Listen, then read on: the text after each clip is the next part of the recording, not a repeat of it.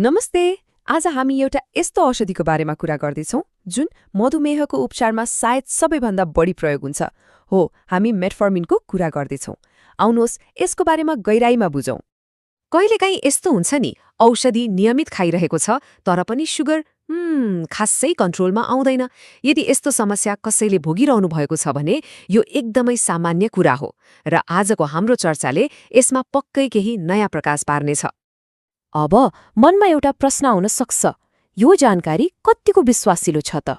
खैर, यो यताउति इन्टरनेटबाट टिपिएको कुरा होइन। यो त एक विशेषज्ञको वर्षौंको अनुभव र ज्ञानमा आधारित छ।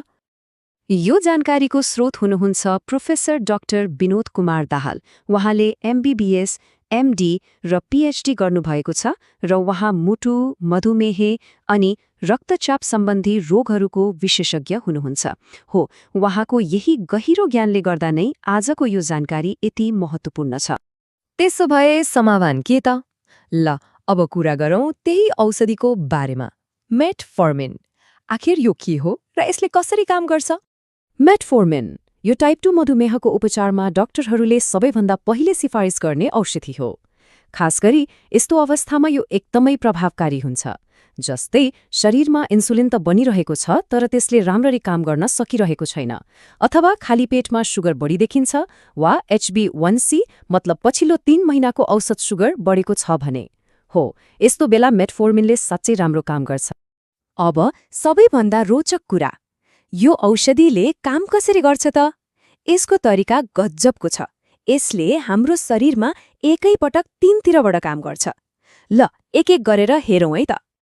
पहिलो कुरा, यसले हाम्रो कलेजोलाई भन्छ, ल अब धेरै चिनी बनाउनु पर्दैन, मतलब अनावश्यक चिनी उत्पादनमा ब्रेक लगाइदिन्छ।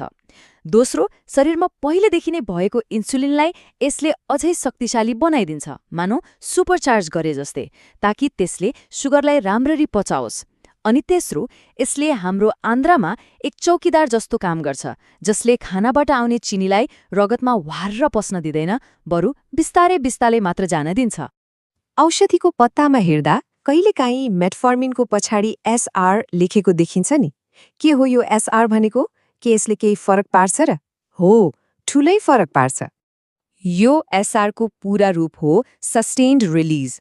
यसको मतलब यो औषधिले बिस्तारै तर लगातार काम गर्छ, कछुवा जस्तै तर दौड जित्ने खालको। साधारण मेटफर्मिन चाहिँ खरायो जस्तो हो, छिटो काम गर्छ, असर पनि छिटै सकिन्छ। त्यसैले दिनमा धेरै पटक खानुपर्ने हुन्छ अनि कसैलाई पेटमा गडबडी पनि हुन सक्छ। तर SRले बिस्तारै काम गर्ने हुनाले पेटलाई पनि सजिलो हुन्छ र प्राय दिनको एक पटक खाए पुग्छ। कति सजिलो भयो नि, होइन त? ल, औषधिले कसरी काम गर्छ भन्ने त बुझ्यो, तर किन सुगरलाई नियन्त्रणमा राख्नु आखिर किन यति धेरै महत्त्वपूर्ण छ? यो प्रश्नको जवाब हाम्रो शरीरको भविष्यसँग जोडिएको छ। किनभने यदि सुगरलाई लामो समयसम्म अनियन्त्रित छोडियो भने यसले थाहै नपाई हाम्रो शरीरको भित्री अङ्गहरूमा आक्रमण गर्न थाल्छ, एक किसिमको साइलेन्ट किलर जस्तै। यसले मुटु, मृगौला, आँखा अनि नसाहरूलाई बिस्तारै कमजोर बनाउँदै लैजान्छ। अब आफै सोचौं कि हामी यो जोखिम मोल्न तयार छौं त? तर यहाँ एउटा राम्रो कुरा पनि छ। मेटफोर्मिन जस्ता औषधिहरूले ठिक समयमा सही तरिकाले प्रयोग गर्दा यी सबै गम्भीर समस्याहरूबाट बचाउन एउटा बलियो कवचको काम गर्छन्। अब हामी एउटा यस्तो कुरामा आउँदैछौं जुन सायद आजको यो पूरै चर्चाको सबैभन्दा महत्त्वपूर्ण भाग हो। यो कुरालाई चाहिँ कहिले पनि बिर्सिनु हुँदैन है। सबैभन्दा ठूलो कुरा, यो औषधि होस् वा अरू कुनै पनि डाक्टरको सल्लाह बिना कहिल्यै पनि आफैले सुरु गर्नु वा बन्द गर्नु हुँदैन। किनभने हरेक मान्छेको शरीर फरक हुन्छ, अवस्था फरक हुन्छ, कति खाने, कहिले खाने, यो कुरा डाक्टरले मात्रै तय गर्न सक्नुहुन्छ। अनि नियमित रूपमा स्वास्थ्य जाँच गराउनु त झनै महत्त्वपूर्ण छ। यो आफ्नो स्वास्थ्यप्रतिको जिम्मेवारी पनि हो।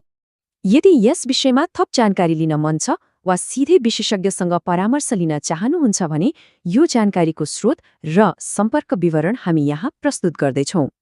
यो जानकारी हामीले प्रोफेसर डाक्टर विनोद कुमार दाहालबाट लिएका हौं। उहाँलाई भेट्नको लागि आशीर्वाद health care and medical centre, बौद्ध पिपल बोट, काठमाडौँमा जान सकिन्छ।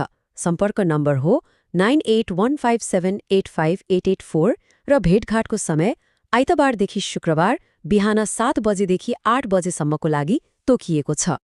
र अन्त्यमा जाँदा जाँदै एउटा प्रश्न छोडेर जान चाहन्छु।